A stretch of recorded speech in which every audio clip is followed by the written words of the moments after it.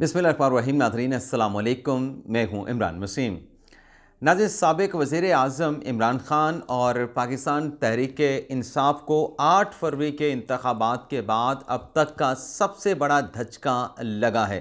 तमाम दावे, तमाम के तमाम जो मंसूबे थे पाकिस्तान तहरीक इंसाफ़ के और साबिक़ वज़ीर आज़म इमरान ख़ान के, वो मंसूबे, वो दावे कैसे धरे के धरे रह गए, ये सारी डिटेल इस व्लॉग में आप नाज़रीन के साथ हम शेयर करने जा रहे हैं।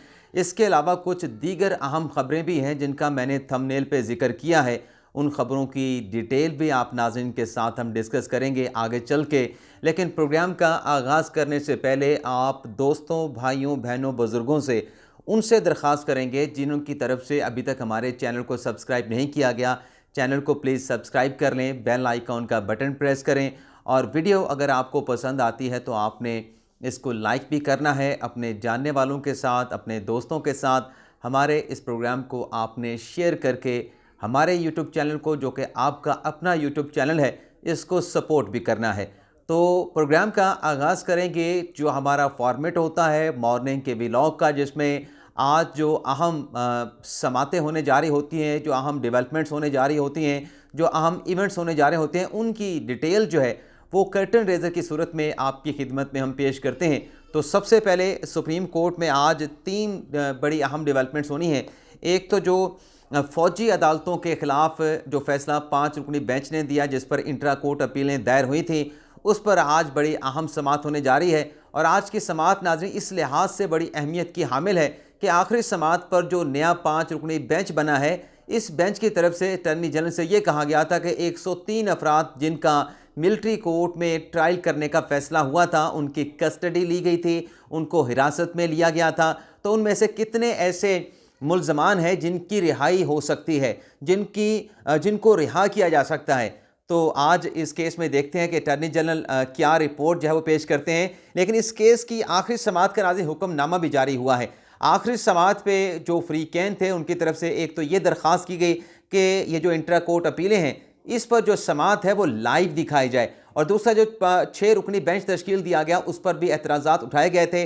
लेकिन आखिरी समात का नाज़रीन जो हुक्मनामा जारी हुआ है, उस हुक्मनामे में इन दोनों जो प्रेयर्स थी, दोनों जो इस्तदाएँ थी, इनको मंजूर नहीं किया गया। बल्कि प्रैक्टिस एंड प्रोसीजर कमेटी का एक सर्कुलर भी सामने आया है, जिसमें यह बताया गया है कि जो 6 रुकनी बेंच तश्कील दिया गया है, ये 29 फरवरी को तश्कील दे दिया गया था। अब बेंच की तश्कील नौ नहीं होगी। और लाइव समात के हवाले से भी हुक्मनामे में कोई बात नहीं की गई कि इस केस की लाइव समात होना है या लाइव समात नहीं होना। अलबत्ता जो जस्टिस शाहिद वहीद की तरफ से एतराज़ उठाया गया था कि इस केस में प्राइवेट कौंसल, प्राइवेट फ्रीकैन और सूबे कैसे जो है वो आके इंट्रा कोर्ट अपीलें दायर कर सकते हैं, इस नुक्ते पर जो सूबे इस केस में इंट्रा कोर्ट अपीलें लेके आए और जो प्राइवेट रिस्पोंडेंट आए हैं या जो इंट्रा कोर्ट अपीलें लेके आए हैं, इस नुक्ते पे जो है अटॉर्नी जनरल से आज जो है वो दलाइल तलब किए गए हैं। हुक्मनामे में सुप्रीम कोर्ट ने यह करार दिया है कि वक्त ज़ाया नहीं करना चाहते। जो लोग ज़ेर हिरासत हैं, उसमें जो लोग रिहा हो सकते हैं, उनके बुनियादी हकूक़ मुतासर ना हों, इसलिए 103 अफराद की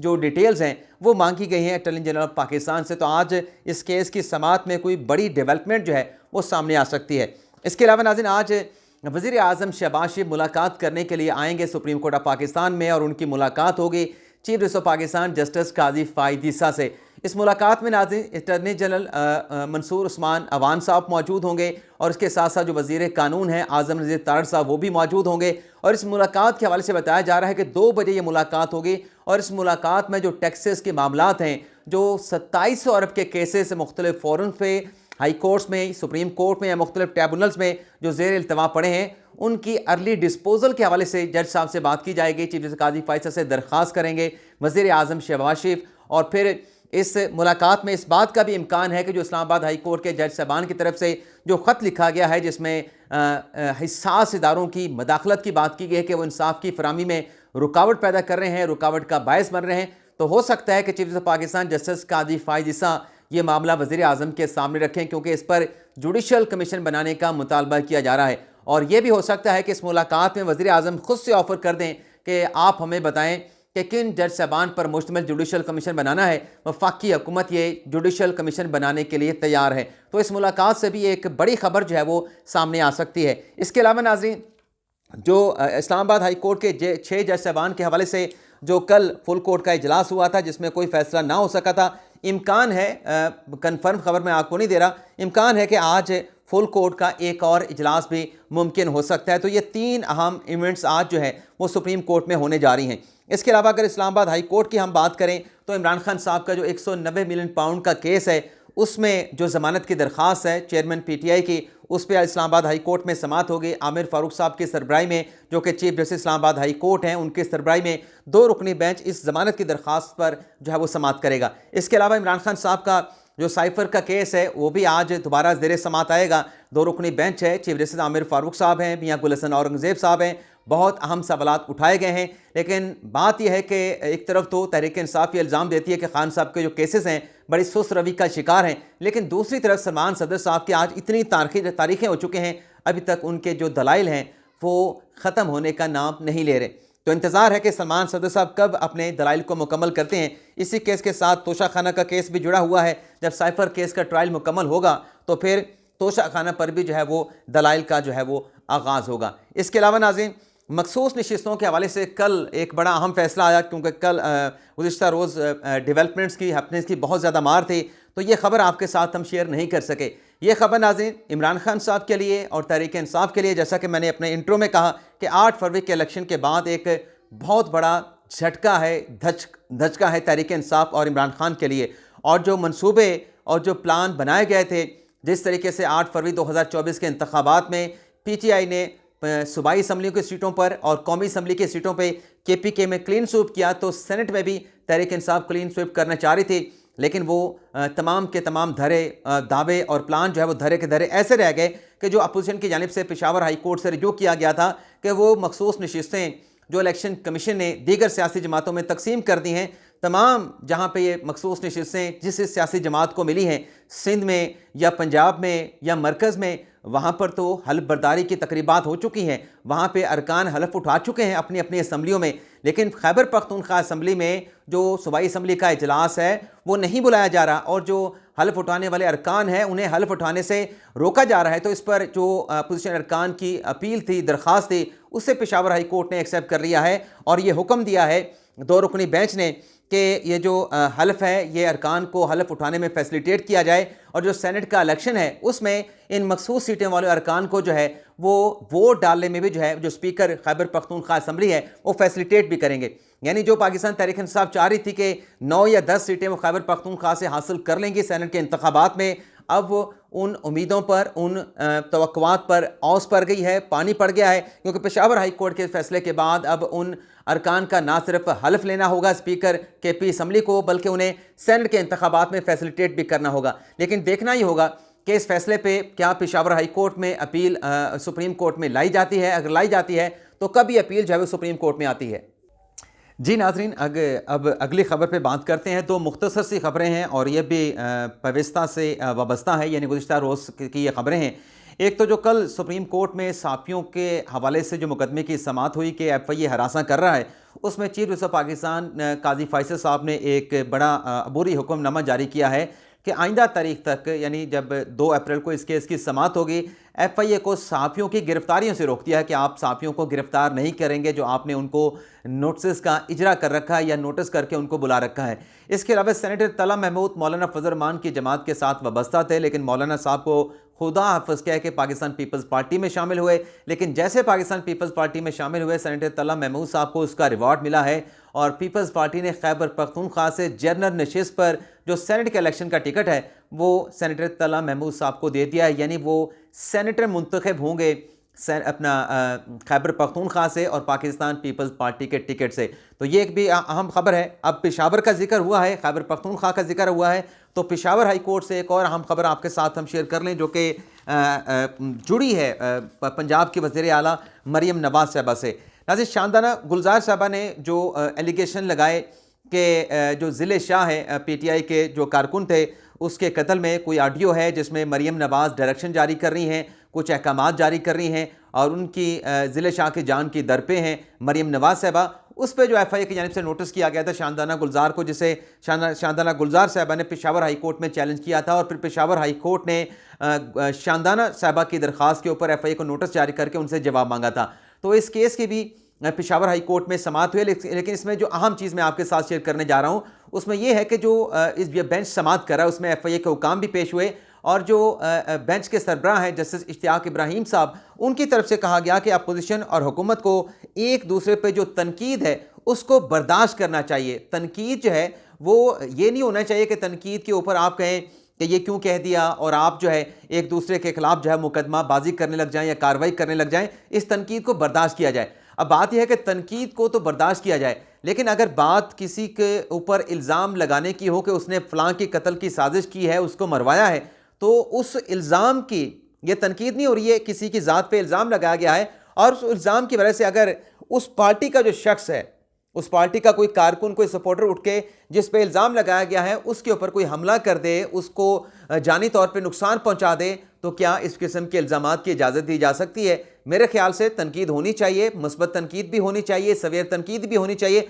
लेकिन ऐसे इल्ज़ामात जिससे दूसरे की ज़िंदगी को ख़तरा पहुँचे, दूसरे की ज़िंदगी जो है वो ख़तरे में आ जाए, ऐसे इल्ज़ामात लगाने से भी गुरेज करना चाहिए। तो शानदाना गुलजार साहबा तो आरडीए की बात भी कर रही थी, तो जब FIA ने नोटिस किया है तो जाके बता दें FIA को मेरे पास ये सबूत हैं, मैंने जो इल्ज़ाम लगाया है इसको मैं किसी भी फोरम पे, किसी भी जुडिशल फोरम पे प्रूव कर सकती हूँ। तो मेरे ख्याल से उनके लिए ऐसी कोई बात नहीं होगी कि उनको किसी और अदालतों में जाके वहाँ पर जो है FIA की कार्रवाई के खिलाफ जो है हुक्म इम्तना लेने पड़े। लेकिन बहरहाल इस केस में भी अदालत ने जो कार्रवाई है वो आइंदा समाअत तक मुलतवी कर दी है, FIA से जवाब मांग लिया है और जो हुक्म इम्तना है उसमें तौसीह कर दी गई है। इसके अलावा नाज़रीन एक और जो नजम सेठी साहब की तरफ से दावा किया गया और दीगर साफ़ियों की तरफ से भी दावा किया गया था कि ये जो वज़ीर दाखिला हैं मोहसिन नकवी साहब, जो कि अब बिला मुकाबला सेनेटर मुंतखब होने जा रहे हैं, ये एस्टेब्लिशमेंट की सीट है। और बल्कि ये भी कहा गया कि ना सिर्फ वजारत दाखिला शहबाज शरीफ की हुकूमत ने एस्टेब्लिशमेंट को दे दी है, बल्कि जो वजारत ख़जाना है वो भी एस्टेब्लिशमेंट के हाथ दे दी गई है और वजारत जो दिफा है वो तो हमेशा से एस्टेब्लिशमेंट उसको कंट्रोल करती है। तो इस हुकूमत के पास क्या अख्तियार है? ये नजम सेठी साहब ने भी तबसरा किया था, कुछ और बड़े बड़े जय सहाफ़ी हैं, एंकर हैं, तजियाकार हैं, उन्होंने भी तबसरा किया था कि अपने हाथों जो बड़ी बड़ी अहम वजारतें हैं वो तो जो शहबाज हुकूमत है उसने सरेंडर कर दी हैं और उसमें एस्टेब्लिशमेंट के जो पसंदीदा हैं उनको ला के खड़ा कर दिया है। तो इस तबसरे और तजिए का या दावे का के हवाले से जो ख्वाजा आसिफ साहब हैं मुस्लिम नवाज़ के, उन्होंने ये कहा है कि जो हमने मोहसिन नकवी साहब को वजारत दाखिला दी है, पंजाब में बतौर निगरान वज़ीर आला उनकी कारकर्दगी बहुत अच्छी थी, तो इसलिए हमने खुद अपना मोहसिन नकवी साहब को वजारत दाखिला में लेके आए हैं उनकी कारकर्दगी की बिना पे। तो ये तबसरा, ये तजिया जो था उसके ऊपर मुस्लिम नवाज़ की करक्शन आके वजाहत आ गई कि ये जो एस्टेब्लिशमेंट की बात की जा रही है कि वो लेके आए हैं, वो नहीं, हम खुद मोहसिन नकवी को लेके आए हैं उनकी कारकर्दगी की बिना पे। इसी तरीके से जो वज़ीर ख़जाना गालिबन औरंगज़ेब साहब हैं, मैं अगर नाम गलत नहीं ले रहा, तो उनके बारे में भी कहा गया कि उनको भी एस्टेब्लिशमेंट वाले लेके आए हैं।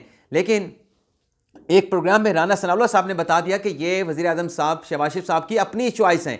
वज़ीर आज़म शहबाज शरीफ अपनी चॉइस से औरंगज़ेब साहब को लेके आए हैं। नाम की अगर गलती है तो आप खुद इसकी दुरुस्तगी कर सकते हैं। तो फिर ये तबसरा कहाँ पे गया? ये एस्टेब्लिशमेंट के खाते में ये वजारत ख़जाना भी डाली जा रही थी, लेकिन अब राना सनाउल्लाह कह रहे हैं कि नहीं, ये चॉइस वैसे इक्वली इसहाक डार साहब भी ठीक थे, लेकिन शहबाज शरीफ साहब की चॉइस जो थी वो औरंगज़ेब साहब थे।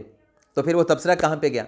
और ये इस तबसरे के साथ साथ नाज़रीन शौकत अजीज़ सिद्दीकी साहब, जिन्हें अभी 22 मार्च को सुप्रीम कोर्ट से एक बड़ा रिलीफ मिला है कि उनकी बरतरफी का वो फैसला जो कि 5 साल से सस्टेन करता चला आ रहा था, और उस बरतरफी के फैसले को शौकत अजीज़ सिद्दीकी साहब ने जब उनके खिलाफ 11 अक्टूबर 2018 को फैसला आया तो 26 अक्टूबर 2018 को उन्होंने वो बरतरफी का फैसला चैलेंज कर दिया था। जो सुप्रीम जुडिशल काउंसिल की रिकमेंडेशन थी उसके खिलाफ सुप्रीम कोर्ट में कॉन्स्टिट्यूशन पिटीशन दायर कर दी गई। लेकिन आज उस पर क्या हुआ? वो 5 साल 6 साल तक मामला चलता रहा, फैसला नहीं हो सका। 15 समातें हुई, 15 समातों में ये केस जो है किसी किनारे नहीं लग सका। तो काजी फैसल साहब ने 4 समातों में इस केस का फैसला कर दिया, शौकत अजीज़ सिद्दीकी साहब को क्लीन चिट दे दी। लेकिन ये जो 6 जज साहबान का इस्लामाबाद हाई कोर्ट के 6 जज साहबान का जो लेटर आया है जिसमें शौकत अजीज़ सिद्दीकी साहब के इल्ज़ामात की इन्वेस्टिगेशन को, जो कि शौकत अजीज़ सिद्दीकी साहब ने कहा कि मेरे इल्ज़ामात की तहकीकात होनी चाहिए, मैं इल्ज़ामात को अभी भी अपने इल्ज़ामात के ऊपर स्टैंड करता हूँ, तो इन 6 जज साहबान ने भी कहा कि इसकी तहकीकात होनी चाहिए। तो शौकत अजीज़ सिद्दीकी साहब ने कल एक लाइव प्रोग्राम में कहा कि जब मेरे ऊपर ये मुश्किल वक्त आया तो मेरे जो साथी जजेस थे, ब्रदर जजेस थे इस्लामाबाद हाई कोर्ट के, जिसमें 3-4 जजेस थे उस वक्त, उन्होंने कहा कि मेरा साथ छोड़ गए, उन्होंने सोशल बाइकआउट कर दिया, मेरा समाजी बाइकआउट कर दिया, और सिर्फ जस्टिस मियां गुल हसन औरंगज़ेब थे जो मेरे साथ राब्ते में थे, बाकी किसी जज ने जो है मेरे साथ राब्ता नहीं किया। बल्कि यहाँ तक शौकत अजीज़ सिद्दीकी साहब ने कहा कि मेरी बेटी की शादी थी, मैंने अपने कुलीग जजेस को बुलाया था कि मेरी बेटी की शादी में आए, तो कोई भी मेरी बेटी की शादी में नहीं आया, तो मेरे साथ तो ये सब कुछ किया गया न जाने किसको खुश करने के लिए। और इसके अलावा भी उन्होंने कहा कि किसी ने मेरे साथ ना तावन किया जब मेरे ऊपर ये बुरा वक्त था, मुश्किल वक्त था, ना मेरे साथ किसी ने हमदर्दी का मुजाहरा किया। इसके अलावा नाज़रीन कल कुछ अहम ज़मानतें हुई हैं। सनम जवेद साहबा की, आलिया हमज़ा साहबा की इंसदाद दहशतगर्दी की अदालत से ज़मानतें मंजूर हुई हैं। एंटी करप्शन में जो साबिक़ वज़ीर आला और पाकिस्तान तहरीक इंसाफ के अहम रहनुमा परवेज़ इलाही का जो मुकदमा था, मोहम्मद भट्टी साहब का जो ज़मानत का केस था, उसमें परवेज़ इलाही साहब और मोहम्मद खान भट्टी साहब की जो दरख्वास्त ज़मानतें हैं उनको खारिज कर दिया गया है। PIA के हवाले से नाज़रीन एक अच्छी खबर यह है कि PIA के बोर्ड ने निजकारी की मंजूरी दे दी थी, तो अब PIA कौन ख़रीदेगा? तो इसमें कतर, सऊदी अरब और मुत्तहिदा अरब अमारात ने दिलचस्पी ज़ाहिर की है, लेकिन हुकूमत पाकिस्तान का फ़ैसला ये है कि जो भी मुल्क PIA में ज़्यादा बोली देगा, ज़्यादा पैसे लगाएगा, उसकी निजकारी उस कंपनी के, उस मुल्क के नाम जो है वो कर दी जाएगी। लेकिन यहाँ पर नाज़रीन मेरे ख्याल से हुकूमत पाकिस्तान को ये शर्त रखनी चाहिए कि PIA की निजकारी तो हो, लेकिन कोशिश की जाए कि ये जो सफ़र है ये पाकिस्तान के अवाम के लिए सस्ता और महफूज भी रहे। इजाज़त चाहते हैं नाज़रीन, अल्लाह हाफ़िज़।